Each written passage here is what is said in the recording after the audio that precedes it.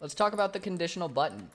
First, let's find the conditional button and go to the Devices tab, and we're going to type in conditional and get the conditional button and place it down. Now, the conditional button is a lot like the button, except it's got special conditions that need to be met before it'll send a signal, whereas a button can just send the signal anytime anyone pushes it. So the way that the conditional button works is you can drop items into it, and they will need to have that item in order to send the signal. To load an item into the conditional button, you're going to open your inventory, walk up to the device, drag and drop the item, and the device will pick it up. Then you can open up the settings, and now we have some basic settings in here, but you can change things like it can be used by the certain teams. You can change the interact time.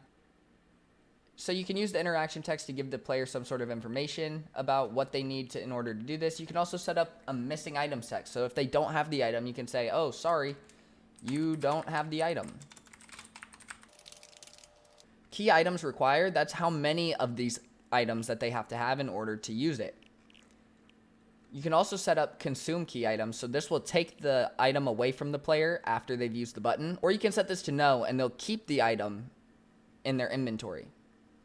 And then if you scroll down to the bottom, you'll see when activated, transmit on. This is the setting you will use to make it communicate with things. Like say we were going to make a locked door where you needed a key in order to get through the door.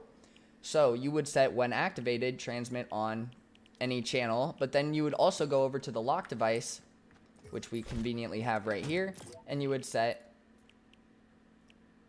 unlock when receiving from the same channel. So then in this scenario, a player would have to have the key card, activate this button, which would then unlock this door because this device is transmitting on channel 1 and this device is unlocking on channel 1.